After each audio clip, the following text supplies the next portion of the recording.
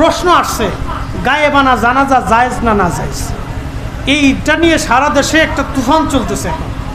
কিছু ভাইরা গায়েবানা জানাজা পড়েন, তাদের একটা দলিল হচ্ছে বাদশাহ নাজ্জাশী, তিনি ইথিওপিয়া, বর্তমানে কেনিয়া, ইথিওপিয়া, এই অঞ্চলটাকে আগে আপনার এই পুরাটাই ইথিওপিয়া ছিল।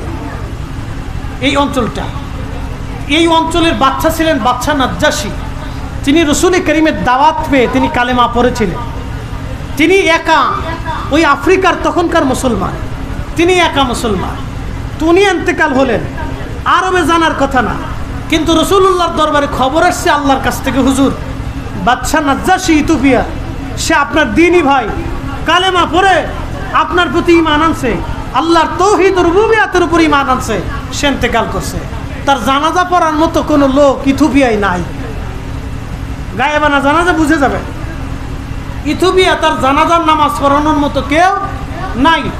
রসুল করিম বললেন, হ্যাঁ আমার উম্মতেরা, তাহলে তোমরা কাতার করো, কাতার দাঁড়াও, আমরা আমাদের ভাই, তোমাদের ভাই বাদশাহ নাজ্জাশীর জানাজার নামাজ এখান থেকে আদায় করব। আল্লাহ রসুল ওই সময় জানাজার নামাজ আদায় করতে দাঁড়াইলেন। আল্লামা ইমাম বদরুদ্দিন আইনি, আল্লামা ইমাম হাজার আসকালানি উমদাতুল কারি ও ফতুহুল বারির মধ্যে লিখছেন, আল্লাহ রাব্বুল আলামিন রসুল করিমের চোখের পর্দা খুলে দিলেন, অন্তরের পর্দা খুলে দিলেন। বাদশাহ নাজ্জাশীকে নবীজির সামনে আল্লাহ তুলে ধরলেন। কে আসতে হলো কেন, জোরে বলেন। বাদশাহ নাজ্জাশীরে আল্লাহ কি করছেন, রসুলুল্লাহর সামনে তুলে ধরেছেন। ওইভাবে নবীজি সলাতুল জানাজা আদায় করছেন। এখন আপনারা বলেন, নবীজি জানাজা পড়ছেন দেখা না না দেখা? জোরে বলেন, দেখা না না দেখা? এই হাদিস দিয়ে যারা গায়েবানা জানাজার পক্ষে দলিল দিয়ে বলেন যে গায়েবানা জানাজা হালাল, গায়েবানা জানাজা জায়েজ আছে, আপনারা যদি সিলেট থেকে কোনো ব্যক্তির জানাজা পড়ান, ধরেন সৌদি আরবে আপনার বন্ধু মারা গেছে, এখন আপনারা সব 10 জন বন্ধু 20 জন বন্ধু মিলে মাইকিং করলেন, আমাদের আব্দুল আলিম খুব প্রিয় মানুষ ছিল, সৌদি আরবে মারা গেছে, আমরা তার গায়েবে জানাজা পড়বো, এই শমশেরনগরের বাজারে তার জানাজা হবে বাদজোহর। কারণ আপনারা জানাজায় দাঁড়াইছেন, আপনাদের সামনে কি লাশ দেখা আছে? আপনারা কি দেখেন? দেখেন না। ওই জানাজাটা রসুলুল্লাহর জন্য শুধুমাত্র খাস ছিল, আল্লাহ রসুলের জন্য খাস ছিল। মুতার প্রান্তরে সাহাবে کرام শহীদ হলেন 3 জন। আল্লাহ নবী 3 জনের জানাজা পড়াইছেন। 3 জন জানাজা পড়ানোর সময় রসুলুল্লাহর চোখের পর্দা, কালবের পর্দা ছিল না, ওই সময় উন্মুক্ত ছিল নবী মদিনাতে, কিন্তু জানাজা পড়েছেন আল্লাহর নবী। বললেন, হে আমার উম্মতেরা, কাতার করো, জানাজা নামাও, নামাজ পড়ি। ফাসাল্লা আলাইহি, হাদিসের পরিবেশে নবীজি তাদের জন্য জানাজা পড়লেন। ওয়া দাআ লাহু, এবং নবীজি জানাজার পরে দোয়া করলেন।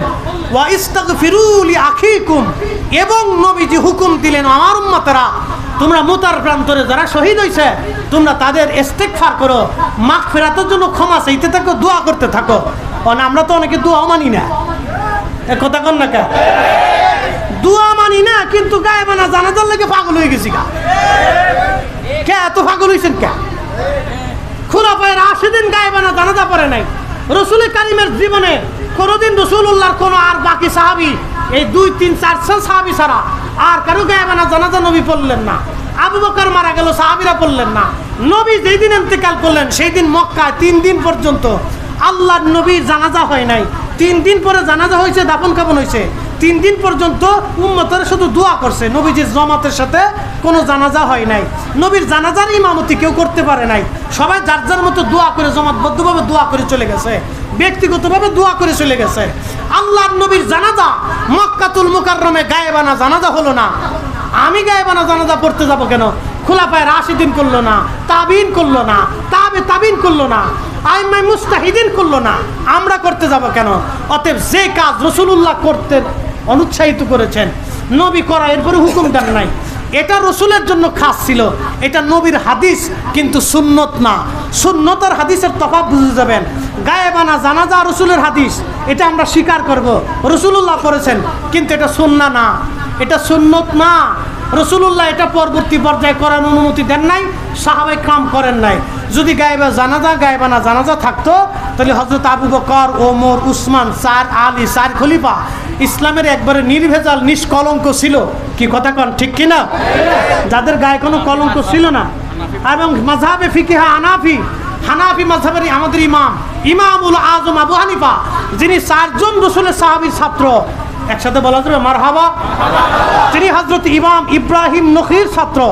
ইমাম ইব্রাহিম নখী আব্দুল্লাহ ইবনে মাসউদের ছাত্র, আর আব্দুল্লাহ ইবনে মাসউদ রাদিয়াল্লাহু তাআলা রাসূলুল্লাহর ছাত্র। রাসূলুল্লাহর ইলমের বাগানে, ফিকহের বাগানে, ফতোয়ার বাগানে আমরার নামের আগে তো মুফতি লাগানো, সাথে আমরার মতো মুফতির কোনো ভ্যালু সেলু নাই। আমরা হলো নাম কাওয়াস্তে মুফতি। আর ইসলামের ভিতরে সবচেয়ে শ্রেষ্ঠ মুফতি তিনি আব্দুল্লাহ ইবনে মাসউদ। তিনি গায়েবানা জানাজাকে নিষেধ করে গেছেন। তার ছাত্র ইব্রাহিম নখী নিষেধ করেছেন। তার ছাত্র আমাদের মাযহাবের ইমাম আবু হানিফা রাহমাতুল্লাহ আলাইহি নিষেধ করে গেছেন। অতএব আমরা গায়েবানা জানাজা নামাজ পড়ব না। কথা কোন ঠিক কিনা? কিন্তু দোয়া করব। কি করব? জোরে কর না, কি করব? দোয়া করব। ফাতিহা কানি করব, কোরআন শরীফ পড়িয়া কালেমা শরীফ পড়ে তার মরহুমের জন্য দোয়া করে। গায়েবানা জানাজা করা লাগবে না। আল্লাহ পাক আমাদেরকে কবুল করুক। সকলে বলে না।